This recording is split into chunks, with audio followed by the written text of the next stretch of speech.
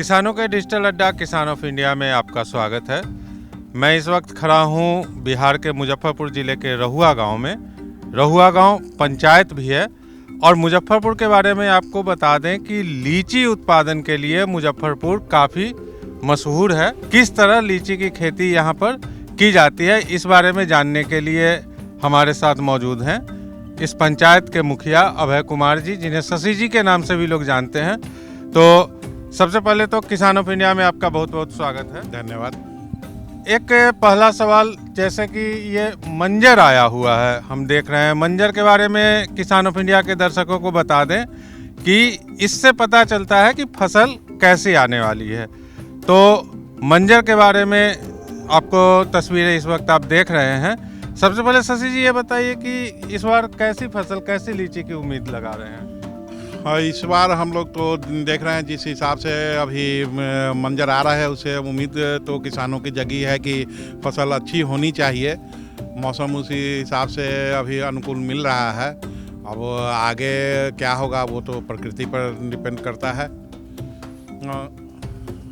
एक और सवाल, जैसे लीची की खेती जो है वो किसानों के लिए कितनी फ़ायदेमंद है? क्योंकि हम लोग जिस पंचायत में निवास करते हैं, चाहे मुजफ्फरपुर डिस्ट्रिक्ट जो है वो लीची से मशहूर है। विदेशों तक लीची जाते हैं, मगर हम लोग को जो चाहिए वो नहीं मिल पा रहा है। किसानों को उसकी उचित मूल्य नहीं मिल पा रहे हैं। यहाँ फूड प्रोसेसिंग का कोई भी सामान नहीं है। हमारे बगल में लीची अनुसंधान बना जो यहाँ से मुश्किल से हाफ एन किलोमीटर पर, मगर जिससे उम्मीद थी किसानों की, काफ़ी उम्मीद थी कि इस लीची अनुसंधान से हमको कुछ सुविधा मिलेगी, हमको कुछ जानकारी मिलेगी, मगर उनकी निष्क्रिय व्यवहार और निष्क्रिय चीज के कारण यहाँ के किसानों को उससे कोई भी फायदा नहीं है। हम लोग 3 साल से लीची के लिए मारे पड़ रहे हैं। 3 साल से हम लोग का लीची फसल बर्बाद हो रही है, मगर सरकार कोई इस प्रति कोई भी ध्यान नहीं है। न हमारे स्टेट गवर्नमेंट ध्यान दे रही है, न ही हमारे सेंट्रल गवर्नमेंट ध्यान दे रही है। मैं सरकार को और आपके किसान मंडली के द्वारा ये अवगत कराना चाहता हूं कि वो हम लोग के मुजफ्फरपुर डिस्ट्रिक्ट के लीची व्यापार पर ध्यान दें। ये इसको इंश्योरेंस के रूप में प्रोडक्ट करें। इंश्योरेंस, इसका क्रॉप का इंश्योरेंस होना चाहिए लीची का, क्योंकि 3 साल से किसान भूखमरी के कगार पर पहुंच चुका है, क्योंकि लीची ही यहाँ का बेस है। और मैं चाहता हूं कि आपके द्वारा सरकार तक ये चीज़ पहुंचे कि वहाँ पे लीची का इंश्योरेंस करवाया जाए, आम का इंश्योरेंस हो, जिससे किसान खुशहाल हो सके। जैसा कि अभी अभय कुमार जी बता रहे हैं कि लीची की खेती करें या आम की, तो उसको फसल बीमा के तहत नहीं लाया गया है, इन उत्पादों को नहीं लाया गया है, जिसके कारण किसानों को अभी भी उचित कीमत नहीं मिल पा रही है। एक सवाल जो आपने अभी बताया कि अनुसंधान केंद्र यहाँ पर खुला है, लेकिन उसका भी फ़ायदा नहीं मिल पा रहा है। प्रोसेसिंग यूनिट के बारे में क्या कहना चाहेंगे? प्रोसेसिंग यूनिट सरकार ने अब तक यहाँ पर क्यों नहीं खोला, और निजी उद्यमी जो है वो क्यों नहीं आ रहे हैं लीची प्रोसेसिंग में? क्योंकि यहाँ जो अभी मौसम का जो 3 साल से मौसम का जो प्रकोप हुआ है कि लीची हमेशा कुछ न कुछ प्रॉब्लम के कारण, कभी बारिश अधिक हो जाने के कारण, कभी धूप होने के कारण लीची फसल बर्बाद हो गई थी। दूसरी बात है कि बिचौलिए लोग यहाँ पे काफ़ी हैं, जिसके कारण बाहर के व्यापारी या बाहर के फूड प्रोसेसिंग क्रशर यहाँ पर नहीं आ पा रहे हैं। तो हम सरकार से यही चाहते हैं कि इस पर ध्यान दें और बाहर के व्यक्ति को यहाँ पे आए, जहाँ हम लोग जैसे पंचायत के मुखिया लोग उनका सहयोग करेंगे और इस चीज़ को आगे बढ़ाना चाहेंगे। हम सिर्फ लीची अनुसंधान पर बार बार ये कहना चाह रहा हूँ कि उस पर सरकार उतने खर्च कर रही है, उस पर थोड़ा ध्यान दें। अभय कुमार जी, एक चीज़ बताइए कि जो आप लोग लीची की फसल उगाते हैं, तो फिर इसकी मार्केटिंग कैसे करते हैं, इसकी बिक्री कैसे होती है?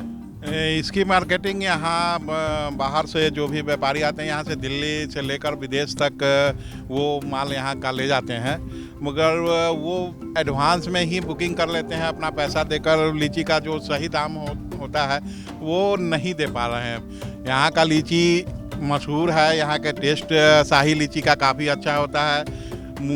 उसके बावजूद भी हम लोग को जो होना चाहिए था वो हम लोग को नहीं मिला, क्योंकि हम लोग के किसान का बेस यहाँ की जो है लीची ही है।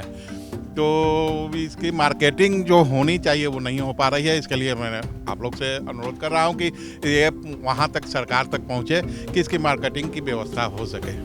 अभी आपने शाही लीची का जिक्र किया और शाही लीची लीची की शायद सबसे अच्छी वैरायटी है, तो ये शाही लीची की खासियत और इसके स्वाद के बारे में कुछ बता पाएंगे कैसा है? शाही लीची हम लोग की जैसे यहाँ के काफ़ी टेस्टी होती है, इसकी मीठापन ज़्यादा रहता है और ये फल यहाँ विदेशों तक इसकी डिमांड ज़्यादा होती है।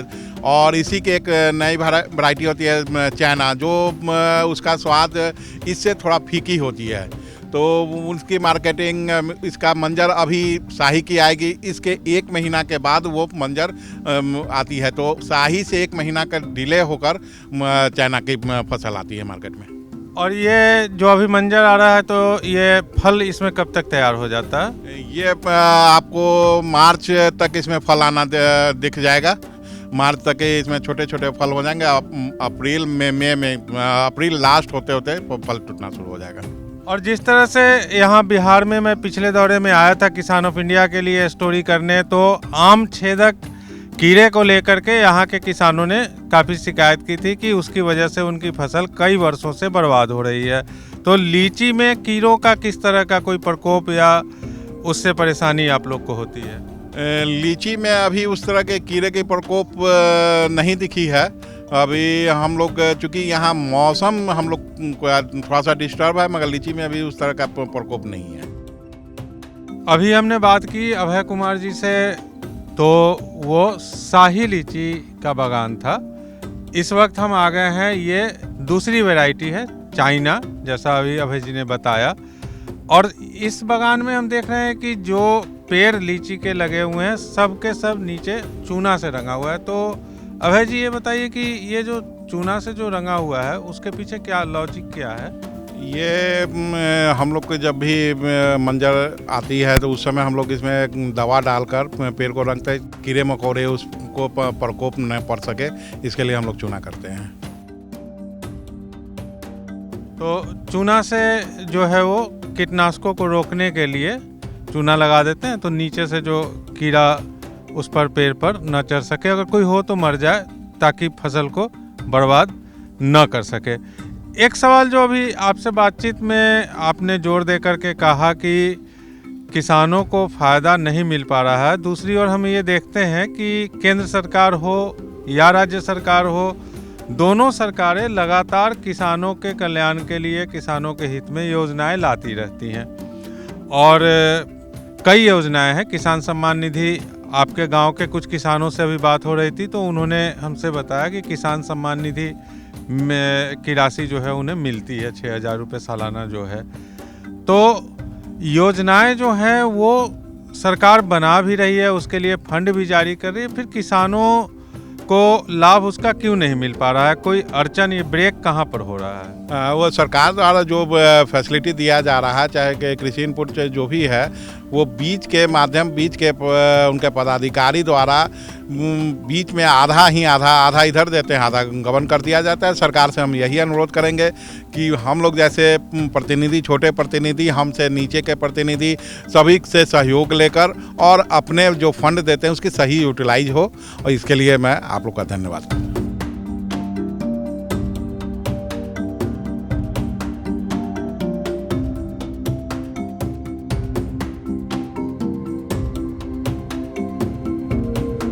किसान ऑफ इंडिया से बात करने के लिए शशि जी आपका बहुत बहुत धन्यवाद। एक किसान होने के नाते भी और इस पंचायत के मुखिया होने के नाते भी आपने जो बात रखी है वो सिर्फ आपकी अपनी खेती की नहीं, बल्कि इस पूरे पंचायत में, इस इलाके में जिस तरह किसान जिन परेशानियों का सामना कर रहे हैं वो सब आपने हमारे साथ शेयर किया है। अगर आप भी जो इस वक्त हमें सुन रहे हैं अपनी समस्याओं को लेकर के, खेती किसानी से जुड़ी जानकारियों को लेकर के कोई सहयोग हमसे चाहें, कोई जानकारी हमसे चाहें, तो इस वीडियो को लाइक करें।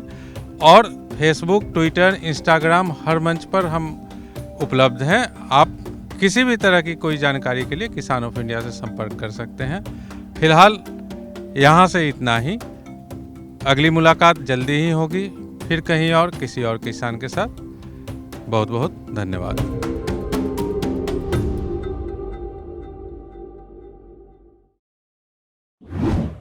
किसान ऑफ इंडिया के YouTube चैनल को सब्सक्राइब करने के लिए नीचे दिया हुआ सब्सक्राइब बटन दबाएं और किसान ऑफ इंडिया से जुड़े सभी अपडेट्स को पाने के लिए बेल आइकॉन दबाना ना भूलें।